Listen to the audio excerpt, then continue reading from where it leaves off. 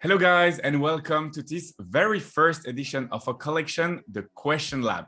So if you don't know me, I'm Ben from UpBots and Superbot, and it's me who has the honor and the privilege to be able to welcome the influential personalities of the crypto sectors for what? Well, to ask them the real question in the Question Lab. The objective is to answer the question that we all ask ourselves, and also simply to give the floor to our partners, because in the end, cryptos is a big family. And today we welcome for this very first meeting, Lac and Justin from Tomochain. Hello guys. Hi there. Thanks for having us on today. Okay, well, it's really cool to have you today, guys. Really happy you accepted to join our very first video here today. Maybe before we start, could you introduce yourself shortly to our community? So my name is Lac. I'm the product manager. I'm the product manager for Tomo Master DAO. So Tomo Master DAO is like a grant arm of the Tomochain ecosystem, where we have a foundation fund, and we want to give out funding for projects to build on the ecosystem. You know, also integrate with new DApps. Build up the ecosystem. We want to do that through a decentralized way. So this is kind of why we've created a DAO, where we have a community that is deciding and being involved in the development process of the whole Tomochain ecosystem. Right. Okay. And you, Justin, my name's who are Justin, you exactly? And I'm the... Sure, yeah. So my name's Justin, and I'm the marketing manager of the Tomochain Lab, which is a company behind the Tomochain blockchain, which is the largest blockchain out of Southeast Asia.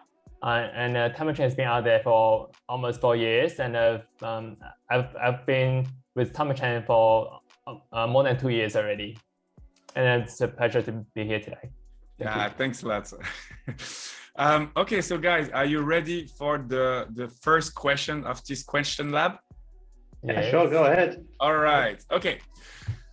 First one, everyone has probably already heard about you, but for those who are new, could you quickly recall what you do exactly?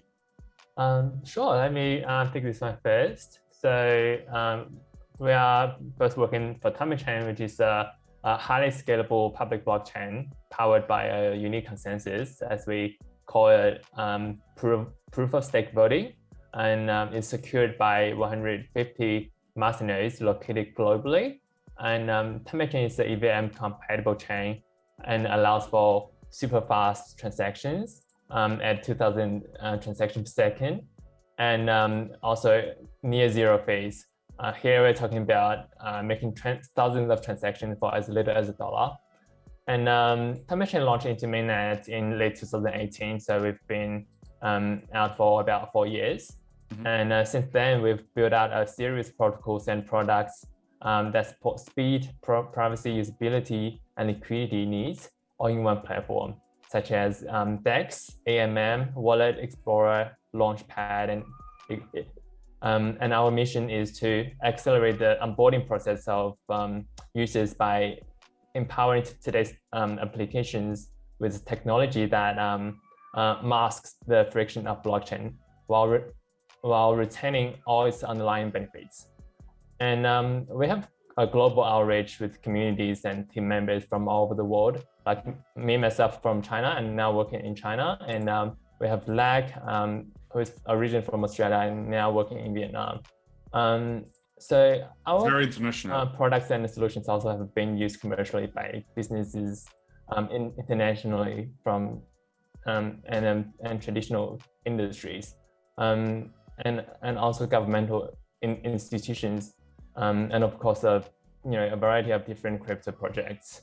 So yeah, that's basically what we do at Tomochain. You were actually talking about proof of stake, sure, nice. Which is actually kind of a good transition to the second question, because well, one of your difference is really that, well, you are proof of stake. I think it would be maybe interesting to explain the advantage of this system against the proof of work. So we know that Bitcoin is proof of work. We know that Ethereum is currently still proof of work and will progressively move to proof of stake. But what it is exactly?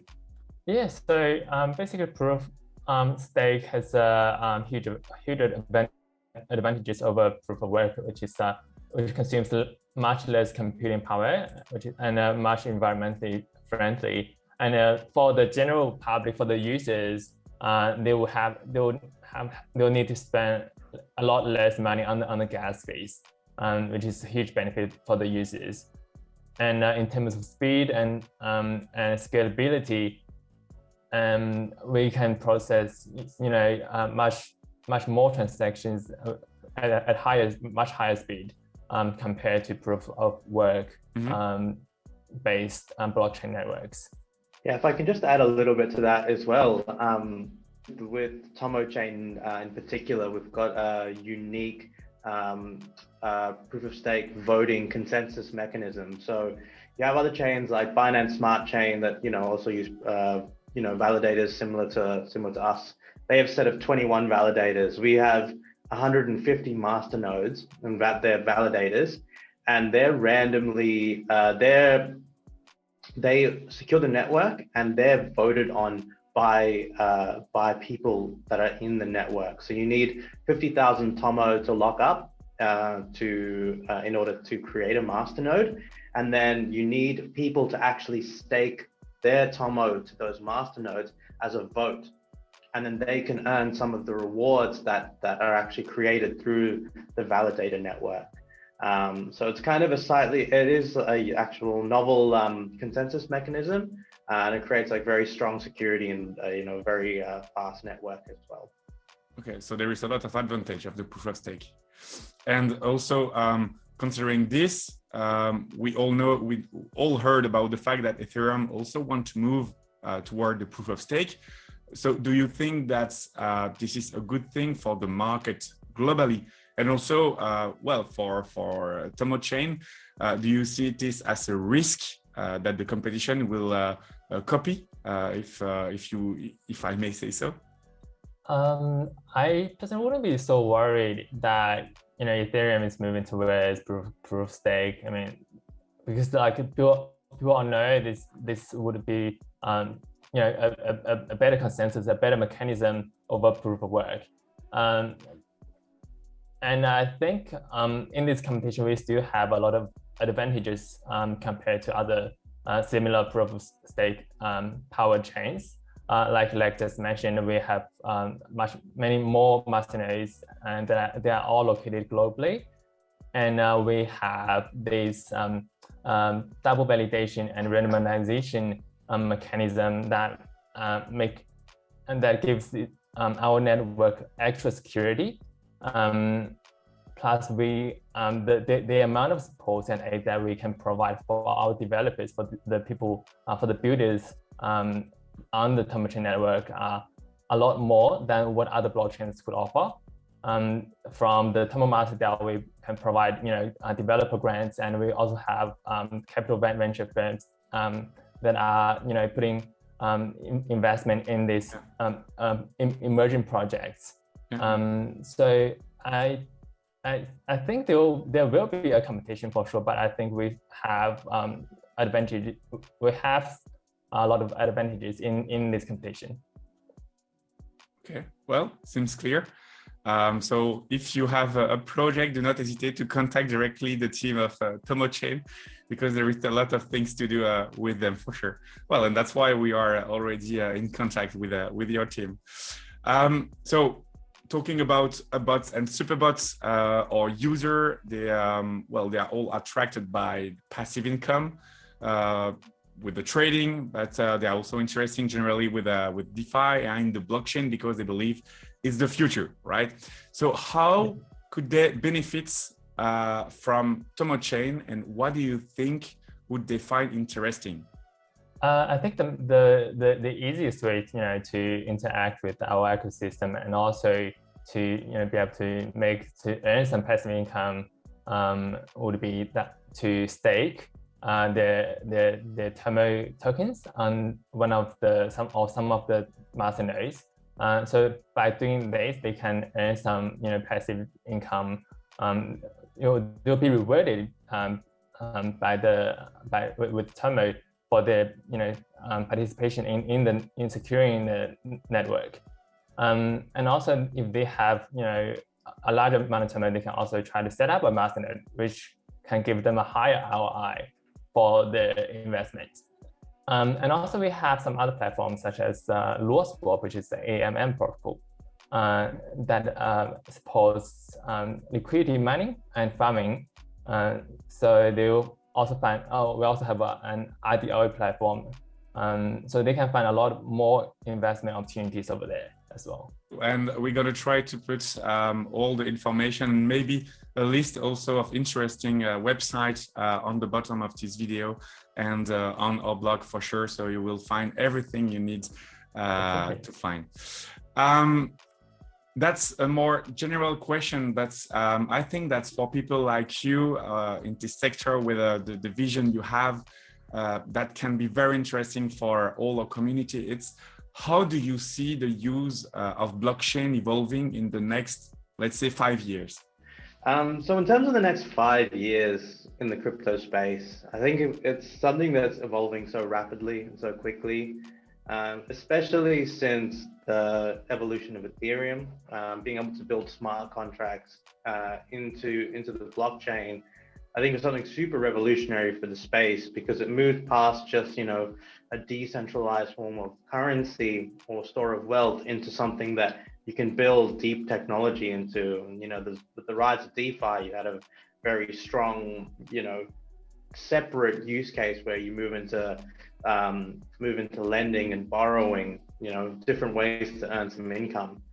And then now we've recently moved into play to earn gaming quite a lot. Mm-hmm. So I think in terms of moving forward from here, I think in 5 years' time, I think it'll be quite difficult to actually see where things will be, but I think it's going to have a significantly large user base. So I think you're going to have a lot of things that are in the world currently having some form of blockchain associated with them. Things like the metaverse can, increase into something very interesting. You've got evolution of play to earn gaming, where there may be no difference between, gaming on a new PS5 game and a blockchain game. I think in the elements of finance still as well, I think people are seeking financial independence, and we've recently seen very strong rates of inflation, and a lot of the COVID after effects are coming in now. And I think there will be a lot of people that will start moving a lot more towards crypto in terms of hedging away from a few of those things and finding themselves in an alternative system. So I think the user base will increase a significant amount in the next few years. And with that, there will be a new wave of innovation in ways that I think may be even unpredictable from what we can imagine now. It's true. I don't think that 4 years ago we were thinking that DeFi, or we were not even thinking about metaverse. It's completely new. I mean, it's something. Yeah, it's moving very fastly, but at the same time, it's maybe moving too fast. I don't know, but well, I'm also someone believing into DeFi, and when you see, for example, the hack of Harmony, do you think that it could have a bad impact in the future for DeFi and the crypto sector more generally? Well, I think hacks are never a good thing in general, but with new and experimental technology, it's bound to happen at some stage. I think it's something that is going to be a hindrance, but it's not going to stop. It's a setback for now, but I think people that are in the crypto space are used to a lot of risk and a lot of volatility. So it's unfortunate that a lot of people lost a lot of money, but I think it's a minor setback on the way of building something that is so new and so innovative that it's like stopping in front of a moving train. You might stop it for a little bit, but it's going to keep chugging along. Yeah. Okay. So according to you, DeFi and metaverse is still the future. Yeah, I think so. Metaverse will be an interesting one. I'm curious to see the way that it plays out in the future, because it can go many different ways. But I think something like DeFi is something very, very strong. especially in a more global world as well. People are traveling around a lot more. The world is a lot more interconnected, and the traditional financial system is, maybe quite difficult to move money across borders. There's a lot of restrictions that go across with it. I think crypto is a really, really excellent way to have wealth cross borders and be able to deploy it where you need to, depending on where you're traveling, where you choose to live, what you choose to do. Well, we were talking about the DeFi and the crypto space in 5 years. So do you think that's in the coming years we're going to have only one blockchain? So we're going to have a kind of natural selection, or we going to always have several blockchain at the same time for different purpose, or what do you think about that? Yeah, let me take this one. Personally, I think that there will be there's still going to be definitely more than one blockchain, but I don't think there won't be many left. There will be a few successful ones, but but I think the others that have a relatively smaller ecosystem, and the size of the ecosystem would probably just die out because people not coming to their platforms for nothing. And but I think definitely in this competition, a lot of blockchains will die out, but a few ones will be left in the space. Yeah, so I think I just to add a little bit to that as well. I think blockchains that manage to find a niche to carve out, I think will last a lot longer. You've got blockchains that basically based upon how many users you have in your ecosystem. You continue to keep users there, you will last a long time. But there is a big shift, and the shift happens quickly, especially with how much innovation there is. And especially with the amount of money floating around as well. I think blockchains that find their niche, that tailor towards an interesting angle, I think, and have a very solid user base will last the distance. But a lot of them, will die out. Okay, all right. Well, thanks a lot for that, and Justin, for your vision about that. I think it's really interesting. Maybe for the next question, it will be more related to Tomochain here. Could you maybe explain us a bit what is LuaStarter, and also can you tell us more about the project selection process on LuaStarter? Sure thing. So LuaStarter is an IDO launchpad that's built on top of LuaSwap and multi-chain AMM exchange that's built on Tomochain and Ethereum. So for the project selection process, I think the most important criteria when it comes to choosing a project would be the credibility and potential. So it's because the most important factor that we want to make sure that the IDO project is not a scam. They are not rug pulls, and the team behind the project is real, and they are trying to solve some real world problems in the industry. And we'll look into the company's profile and the core team members' profiles, and how the project is monetizing and creating value for the crypto space in general. So we'll have several rounds of calls and meetings with the team to make sure they'll deliver what they promise.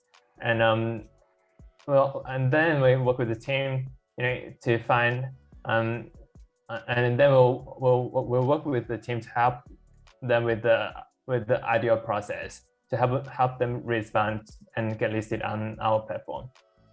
Okay, so LuaStarter is really an ideal platform. And would you say that when looking at the projects you helped so far, it's a good investment for our community, for example? You really advise them to go, and you could tell them that it's a good way to participate in very good new projects? Yeah, definitely. I think any kind of crypto investment comes with risks. Of course. So I have to tell people about that first. But for the IDOs on LuaStarter, I think it's a good way to invest, because first, the projects are carefully selected by our team, and secondly, we have this tier guaranteed system, which is the so people have to hold Lua tokens either in one of the liquidity pools or in LuaSafe, which is the staking portal. So by doing so, they can get a higher allocation for the IDO projects, and at the same time, they'll also be able to earn passive income from the liquidity from the trading fees and the staking rewards. So it's a they can get extra rewards for their investments. Okay. Also, I heard about the tier guaranteed system. What it is exactly? Sure. So basically, we for the IDO pools, we have several different tiers for the tier allocation. So the more Lua tokens that you hold, the higher tier you would be, okay. And the more allocation that you get for this IDO project. So as simple as that. So this mechanism would encourage a more fair way for the token allocation, and also it encourage people to buy and hold more Lua tokens at the same time. Mm-hmm. So it's a way for us as a IDO platform to grow, and it's a way for the users to earn more allocation by holding Lua tokens. Also, maybe another question. It's about Tomo Master DAO. So community participation is, of course, one of the key features of decentralization.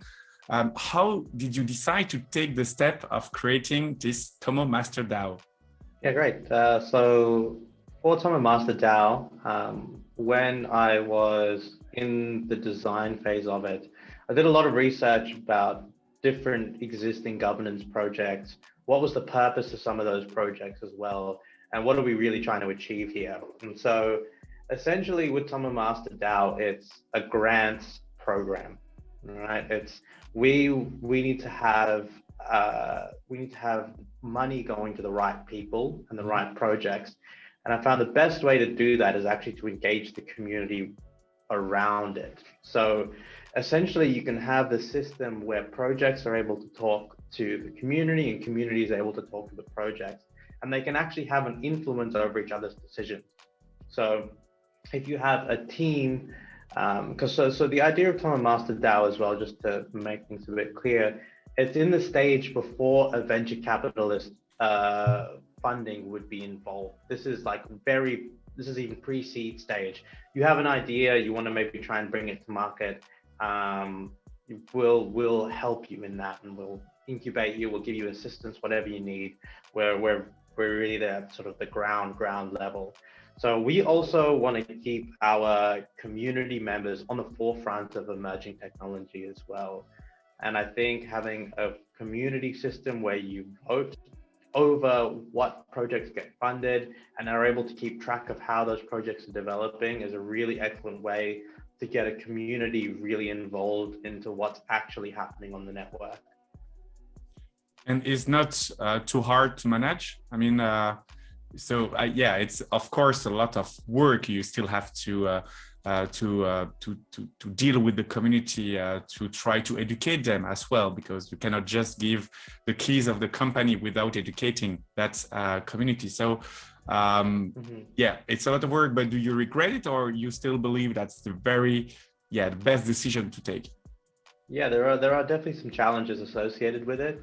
I think, and especially if you can get communication between a project and the community out there. Like, for example, we had a proposal recently applying for some funding to build like an NFT launchpad, a no-code NFT launchpad.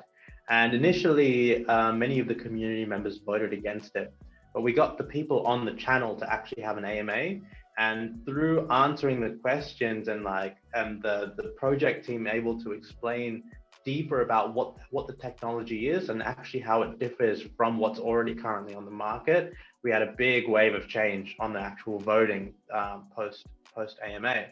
Mm-hmm. And so you kind of got these things where, you know, through the project speaking to the community, you actually have the community learning and the project able to evolve and listen to what the community says and alter their product according to what the actual community wants. I think it's a very interesting process to watch evolve. And so it means that you will develop an NFT marketplace? Yeah. So there's an NFT launchpad where artists can upload images, and then you've got like automated smart contracts to be able to mint those into NFTs and then have a marketplace associated with that. We've also got another couple of, we also funded another NFT marketplace as well earlier. It's, you know, we've got a few NFT projects kind of emerging at the moment on Tomochain, and that's great. Some very, very exciting and interesting things happening through the DAO. Well, especially regarding the NFT, so with the current market condition, it's going, well, a bit low, I would say. Do you think that the NFT market will go up again in the coming weeks or month? I think it's quite an interesting one. I think